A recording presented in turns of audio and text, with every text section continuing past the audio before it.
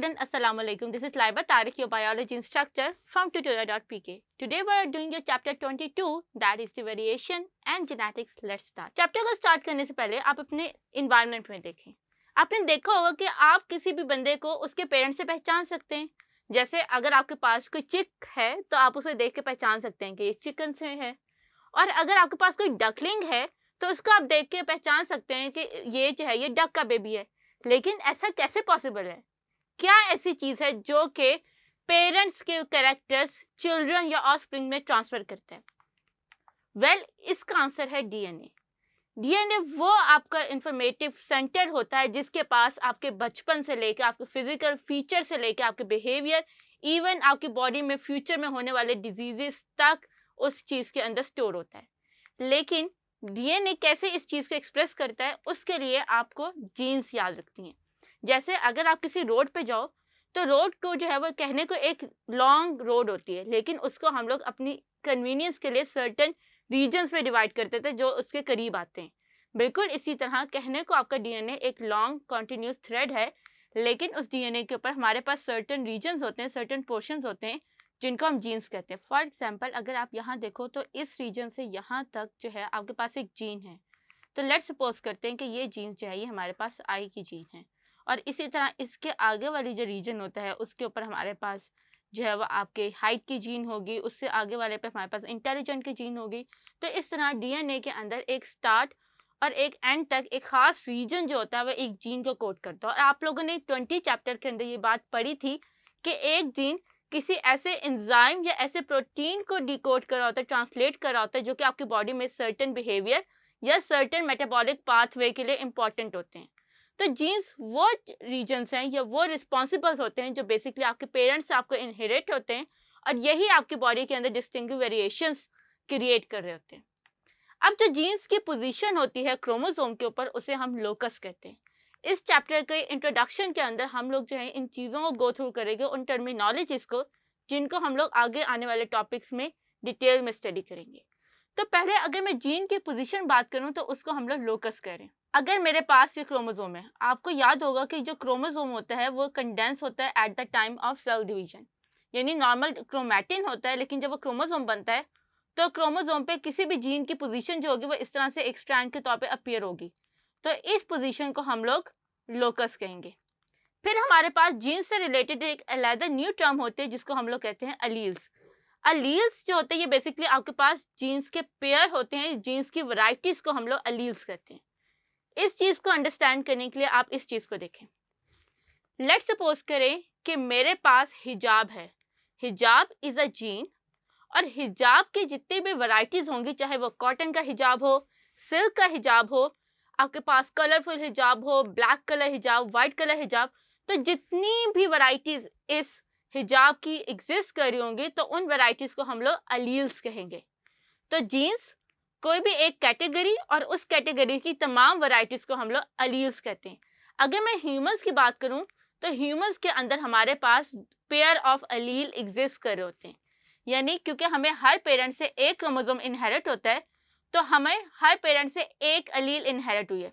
Let's suppose करें कि मेरे पास क्रोमोसोम पेयर नंबर 1 पे एक मदर की तरफ से आई कलर रिसीव हुआ, और उसी तरह के क्रोमोसोम के ऊपर फादर के पास से आई कलर जो है वो रिसीव हुआ.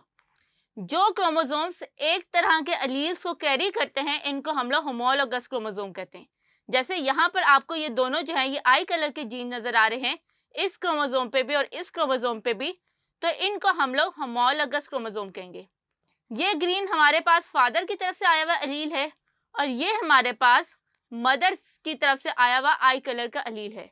तो आई कलर इज अ जीन, और ये जो है ये फर्स्ट ग्रीन बैंड्स उसके अलील्स हैं.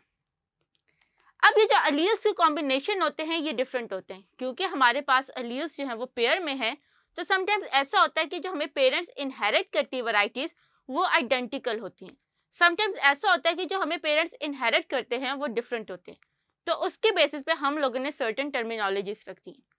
जैसे जो अलील हमारे पास अपने आप को एक्सप्रेस करता है या हमारे फिनोटाइप में आता है, इस अलील को हम लोग डोमिनेंट अलील कहते हैं. जैसे अगर आपके बहन भाई हैं तो जब आपके पेरेंट्स चले जाते हैं तो आपका जो बहन भाई पूरे घर को देखेगा वो डोमिनेंट होगा, और आपकी क्योंकि हुक्म नहीं चलेगा तो आप लोग रिसेसिव होंगे।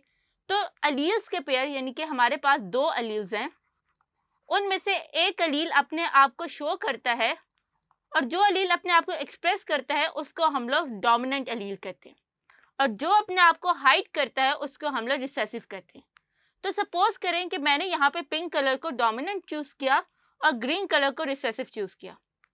अब मेरे पास ये एक क्रोमोसोम का आर्म है और ये दूसरा क्रोमोसोम है। इसमें मेरे पास दोनों पेरेंट्स की तरफ से डोमिनेंट जीन्स रिसीव हुए हैं, तो इसको मैं कहूँगी होमोजाइगस डोमिनेंट। होमोजाइगस क्यों? Because homo means identical. यहाँ पे आपको देखो, आपको फादर का वाले क्रोमोसोम पे भी पिंक कलर नजर आ रहा है और मदर के क्रोमोसोम पे भी पिंक कलर नजर आ रहा है। तो दोनों पिंक क्योंकि आइडेंटिकल है और पिंक कलर हमारे पास डोमिनेंट है, सो दैट्स व्हाई मैं इस क्रोमोसोम का नेम दे रही हूँ होमोजाइगस डोमिनेंट। अब यहाँ पे मैंने कहा था कि ग्रीन जो है रिसेसिव है। अब आपको आपकी मदर की तरफ से भी ग्रीन मिला रिसेसिव और फादर की तरफ से भी ग्रीन वैरायटी मिली जो कि रिसेसिव है, तो इस क्रोमोसोम को हम लोग कहेंगे होमोजाइगस रिसेसिव। अब यहाँ पर हमारे पास मदर की तरफ से हमें लेट्स सपोज करें कि पिंक मिला और फादर की तरफ से हमें ग्रीन मिला है, तो मदर ने हमें जो है वो डोमिनेंट दे दिया और फादर ने हमें रिसेसिव अलील दे दिया, तो इस जीन पेयर को हम लोग कहेंगे हेट्रोजाइगस। अब अगर कोई आपसे क्वेश्चन पूछे कि जीन्स का कंपटीशन डोमिनेंट और रिसेसिव का किस जगह शो होगा, तो आप तो बताना हेट्रोजाइगस में, क्योंकि यहाँ पे डिफरेंट अलील्स हैं। तो अब इनमें से जो डोमिनेंट अलील होगा यानी कि पिंक, वो अपने आप को शो कर देगा और रिसेसिव अलील जो ग्रीन है वो अपने आप को हाइड कर देगा। और कहाँ हाइड करेगा? फिनोटाइप में। अब यहाँ पे मैंने आपके साथ दो टर्मिनोलॉजीज यूज की हैं, वो होती है जीनोटाइप और फिनोटाइप। जीनो मीन्स जेनेटिक मटीरियल, मेरी बॉडी के अंदर जो मेरा जेनेटिक मटीरियल है वो मेरा जीनोटाइप है, और उस जेनेटिक मटीरियल के बेसिस पे मेरी जो फिजिकल अपीयरेंस है वो मेरा फिनोटाइप है। इसको समझने के लिए अगेन आप एक एनालॉजी को देखें। फॉर एग्जांपल, जैसे मैं आपके सामने बैठी हूँ, अब मैंने ब्लैक कलर का हिजाब और ब्लैक कलर का अबाया पहना है, तो ये दोनों ब्लैक हिजाब और ब्लैक अबाया आपको नजर आ रहा है, तो ये मेरा फिनोटाइप है। लेकिन मेरी अलमारी में कौन से टाइप्स के अबाया पड़े हैं और कौन से टाइप के हिजाब पड़े हैं वो आपसे हिडन है, तो वो मेरी जीनोटाइप है। क्योंकि मैं अपनी जीनोटाइप यानी अपनी अलमारी से ही हिजाब और अबाया निकाल के पहनती हूँ, सो दैट्स व्हाई हम लोग अपनी जीनोटाइप के बेसिस पे ही हमारे फिनोटिपिकल कैरेक्टर्स क्रिएट होते हैं। तो हम लोग याद रखें कि जीनोटाइप्स हम लोग अल्फाबेट से शो करते हैं, यानी capital A for the dominant, small a for the recessive. इसी तरह कैपिटल B ये दोनों कैपिटल्स है, इट मीन ये दोनों डोमिनेंट है। इसी तरह स्मॉल b ये दोनों रिसेसिव है। तो आपके पास जहाँ पे भी अल्फाबेट्स यूज होंगे वो आपकी जीनोटाइप होगी। और हमें पता है जीनोटाइप पे 2 अलील्स होते हैं, तो इसलिए हम लोग जीनोटाइप में 2 अल्फाबेट्स का पेयर लिखते हैं। देन हमारे पास फिनोटाइप होती है और उसमें हम लोग जो है वो फिजिकल फीचर्स रखते हैं, जैसे आई कलर जो है वो हेयर कलर। तो हम लोगों की जो जीनोटाइप होगी वो डीएनए होगा, अल्फाबेट्स होंगे, और फिनोटाइप हमारे फिजिकल अपीयरेंसेस होगी।